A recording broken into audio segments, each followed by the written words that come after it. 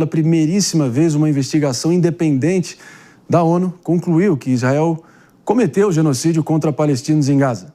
Essa é a afirmação vindo da ONU, vindo de quem vem, não deixa de ter um contorno polêmico, a entender qual foi a sustentação fática, os motivos pelo qual a Organização das Nações Unidas chegou a essa conclusão, né? Luca Bassani está aqui com a gente diretamente do velho continente da Europa, conta todos os detalhes. A organização ainda afirmou, acabou cravando, né, Luca, que os principais líderes do país incitaram esse genocídio. E não tem jeito, o uso dessa nomenclatura, né, de genocídio, de classificar assim, vindo de quem está vindo, tem um peso simbólico e tanto, e só tende a acirrar ainda mais a gravidade da situação. Exatamente, Marinho. Bom dia a você, a todos que nos acompanham aqui no Morning Show. A situação de Israel no cenário internacional agora se vê cada vez mais isolada, depois de um relatório da ONU para o Comitê de Direitos Humanos ter concluído que o país cometeu pelo menos 4 atos genocidas, incluindo impedir nascimentos dentro da população palestina da faixa de Gaza e também utilizar-se da fome e de outros artifícios para impedir, obviamente, a circulação de pessoas para áreas mais seguras ou até mesmo preservar as suas vidas. Isso acontece em um momento em que a Assembleia Geral da ONU se reunirá logo em breve para discutir uma série de questões, incluindo também a questão palestina, a solução de 2 estados, esse assunto que costumeiramente é retomado dentro da sede da ONU e que poucas vezes conseguiu uma solução duradoura. Os israelenses, por sua vez, negam todas as acusações, dizem que esta comissão é formada por membros antissemitas, que tem um viés anti-Israel, e que dizem que tudo isso que acontece na faixa de Gaza é culpa do Hamas através do atentado terrorista do 7 de outubro de 2023. Apesar das versões contraditórias, né, cada lado falando uma coisa, nós vemos que a posição israelense de fato está cada vez mais isolada, sendo que a última votação para o reconhecimento da Palestina como um Estado soberano teve mais de 140 votos positivos e apenas 10 votos negativos, incluindo Israel, os Estados Unidos e a Argentina e uma porção de países menores no Pacífico que também dependem muito dos Estados Unidos. Então, uma questão diplomática extremamente sensível e uma acusação muito forte. Vale a gente ressaltar que ainda corre perante o Tribunal Penal Internacional uma ação movida pela África do Sul, também sobre acusação de genocídio. Essa, todavia, não chegou a um veredito, então, obviamente, que não há nenhuma punição ou nenhum tipo de decisão fixa, né, uma decisão definitiva em relação a isso. Meus amigos, vai dar o que falar, sem dúvida alguma, esse relatório. Já na bancada a gente debate, mas, Luca, Israel também iniciou a ofensiva terrestre para ocupar a cidade de Gaza, né? O que podemos esperar, afinal, dessa ação, já desse conflito que vai se arrastando, vai perdurando por tanto tempo, a opinião pública, como você bem disse, querendo ou não, se virando em grande parte contra as forças de defesa de Israel e o governo Netanyahu, mas parece que também, enfim, há uma missão a ser concluída, e é o que eles têm em mente nesse momento, certo? Exato, Marinho. Pela manhã, testemunhas já falavam sobre a presença de soldados israelenses na cidade de Gaza. Vale sempre a gente ressaltar essa diferença, né, entre o território da faixa de Gaza, 360 quilômetros quadrados, e a cidade de Gaza, que é a mais importante no enclave palestino, que fica ao norte, e uma região onde vivem mais de 1 milhão de pessoas. De acordo com a própria IDF, as próprias Forças de Defesa de Israel, há a confirmação que há essa ofensiva terrestre para ocupar militarmente a faixa de Gaza, um local que eles calculam ter entre 2 e 3 mil terroristas do Hamas ainda em atividade. O objetivo é tomar o controle territorial exatamente para impedir essas operações militares do Hamas contra Israel, conseguir destruir grande parte dos túneis e possivelmente até encontrar alguns dos reféns ou os seus corpos para serem repatriados a Israel. De acordo com algumas fontes ligadas à diplomacia israelense, depois da passagem do secretário de Estado norte-americano Marco Rubio em Israel durante os últimos dias, há sim o aval do presidente Donald Trump para que essa ofensiva continue, contanto que seja rápida. Então, os israelenses vão ter a retaguarda dos americanos, contanto que façam um trabalho pontual e veloz durante os próximos dias. A gente vai ficar de olho como isso irá se desenrolar também. Luca Bassani, sempre preciso a melhor leitura aí do tabuleiro geopolítica. Com ele mesmo, Bassani, a gente volta contigo ao longo da semana. Obrigado. Meus amigos, agora vamos lá, Fernando. Tem uma frase que é atribuída ao dramaturgo grego Ésquilo. Tenho certeza, não é Esquilo, não, é Ésquilo mesmo. Muito manjada, repetida a exaustão, né? Que ele disse sempre, né?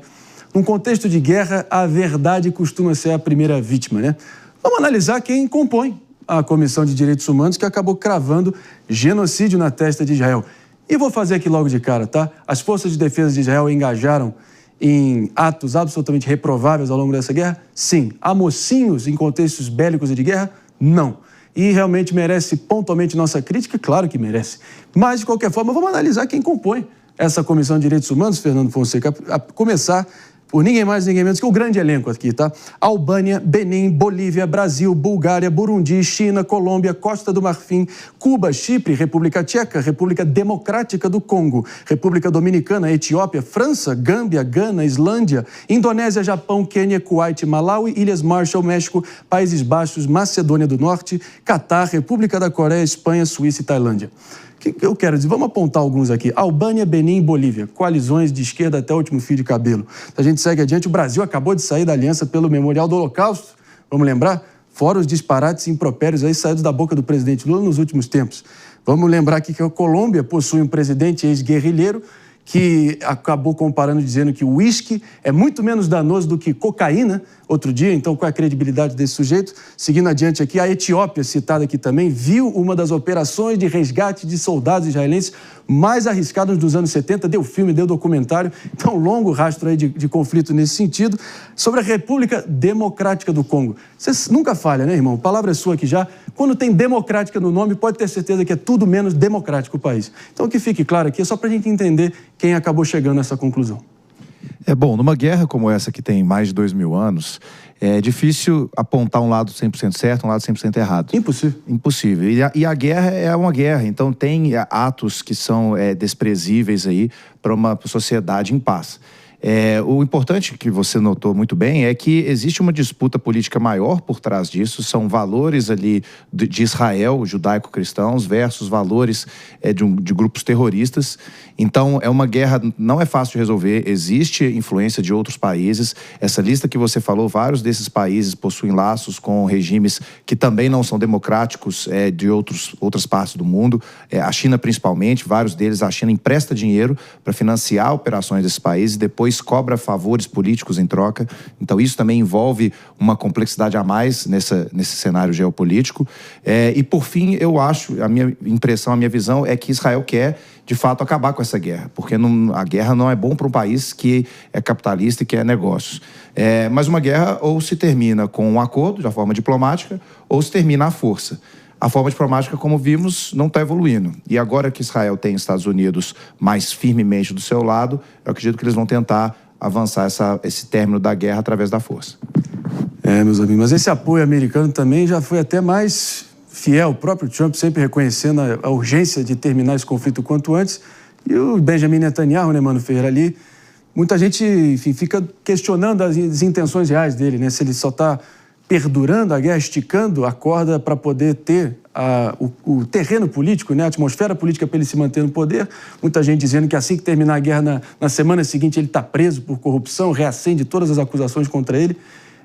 Interesses pesadíssimos envolvidos nessa encalacrada toda, né? Exato. Essa é uma questão muito importante da gente salientar no meio dessa tragédia humanitária, Marinho, porque é muito fácil aqui, distante, né, territorialmente, a gente tratar, às vezes, quase como se fosse um videogame. E não é um videogame, a gente está falando de vidas humanas, tanto do lado dos palestinos como do lado dos reféns que seguem até agora sob o jugo de terroristas. É uma situação que é uma tragédia. E tragédia é aquela ocasião em que qualquer desfecho nós temos um cenário de tristeza, qualquer que seja o desfecho. Porque o que o mundo precisaria, nesse contexto, seria da capacidade de convivência pacífica entre os diferentes. A gente sabe que isso está cada vez mais difícil. E, do lado do governo israelense, há um questionamento crescente na própria sociedade israelense, e a gente nunca pode confundir o povo com o governo. nós brasileiros sabemos muito bem disso, o povo é uma coisa, o governo é outra, e há um crescente descontentamento na sociedade israelense a respeito da forma como o governo israelense tem conduzido esse conflito, justamente porque o que se diz é que mais do que interessado em resolver o conflito, em construir uma paz duradoura que seja possível naquela região, Netanyahu está guiado pelos próprios interesses de sobrevivência política, que fazem com que a guerra, no lugar de ser abreviada, seja alongada. E no meio disso tudo, as maiores vítimas são os civis, que não têm culpa de estarem num território sob o jugo de terroristas e que acabam sendo vítimas duas vezes, vítimas do Hamas e vítimas dessa guerra. Meus amigos, agora não surpreende, né? Não deixa de ser uma tragédia, né? Lembrando que o Estado de Israel, com a partilha da Palestina, foi criado em 14 de maio de 1948, uma celebração histórica ali comandada por um brasileiro, Oswaldo Aranha. Quantas vezes a gente já não ouviu isso? É muito trágico a gente parar para pensar no cenário atual, né, Fernando? Só para... Aninha, quer comentar também? Fica à vontade aqui, só para a gente dar caminhando para um fecho aqui. Outras democracias sólidas, além de Israel e os Estados Unidos, se socorrendo muito mais no Conselho de Segurança e abandonaram por completo a Comissão de Direitos Humanos, que cá entre nós aqui, o grande elenco que eu narrei, a vasta maioria composta por ditaduras, autocracias e claramente com um longo rastro aí de, no mínimo, posicionamentos de cunho antissemita, né? Não tem jeito. De qualquer forma, vamos com a Aninha. Não, André, eu acho que você toca num ponto absolutamente fundamental, que é essa perda de protagonismo e de relevância que a gente tem das nossas organizações internacionais de paz. Quando a gente fala em democracia, a gente fala em diálogo, a gente fala em tentativa de composição. E estes órgãos, em especial a ONU, serviam exatamente como um espaço para que essas conversas acontecessem. Hoje, como você bem mencionou, eles estão completamente esvaziados. Então, o que acontece é que nós estamos sem um lugar para dialogar, sem um lugar para a gente conseguir, com conversas, chegar a uma solução que agrade a todos, ou pelo menos que agrade a maioria, e que proteja vidas de pessoas inocentes. A partir do momento em que a gente identifica que as principais democracias do mundo não estão mais tão preocupadas assim com o diálogo, a gente percebe o tamanho do problema que a gente tem pela frente. Concluindo então, Jess Peixoto, breve comentário, vamos com a Jess Peixoto. Não sem antes fazer um rápido break só para quem está nos ouvindo pela rede Jovem Pan de Rádio Morning Show. Volta já já. Jess. Então, o que eu vejo disso é o seguinte: a gente precisa sempre condenar antissemitismo. Recentemente, eu estive em um dos elevadores lá do Largo de São Francisco, na Universidade aqui de São Paulo, a USP, e nos elevadores do Largo de São Francisco, no primeiro elevador há alguns símbolos da suástica desenhados. E isso não deve ser aceito. Inclusive, eu cobro e reitero uma cobrança à administração da universidade que faça algo sobre essas imagens, que apague, que tire, que faça algum processo, porque elas são uma violência. Então, o antissemitismo deve sempre ser condenado. Mas a gente não pode imaginar que em uma guerra tem herói e vilão no que tange o aspecto estratégico da guerra. Um aspecto que também é político, que também é econômico, que tem várias nuances. E a gente também não pode ignorar que, da mesma forma que reféns hoje são vítimas do Hamas, são sequestrados por uma organização terrorista que deve ser rechaçada e nunca ser aplaudida, desta mesma forma, existem pessoas, crianças, famílias que morrem em Gaza, que sofrem, que não têm acesso à educação, à água, a alimento. Então, acho que a gente precisa também lembrar de humanizar essa situação e não olhar só para lado, olhar para o ser humano, que a gente tem falado tanto da desumanização. E lembrar que esta situação, ela não vai ser resolvida só pela ação dos Estados Unidos ou da comunidade internacional. Ela é muito interna e cabe ali às forças. Israel, que é uma democracia também, ele tem sua movimentação política lá dentro, mesmo muitos contrários ao Benjamin Netanyahu. E que no final do dia, quando a gente olha para essa situação de ditadura, democracia, o mundo não é um jogo de xadrez. Os Estados Unidos têm alianças com ditaduras e está tudo bem, porque não é chegar e falar, vai ser uma democracia, vai ser uma democracia. Arábia Saudita, o Trump teve recentemente no país que Israel atacou, que foi o Catar, que tem ali a relação, muitas vezes, com oficiais do Hamas que estão lá. Então, assim, não tem nuance, sabe? Leva essa nuance para a sua vida. E que essa situação se resolva, que as pessoas parem de morrer, que os reféns sejam liberados. Em frente sempre aqui com todos vocês aqui nos acompanhando.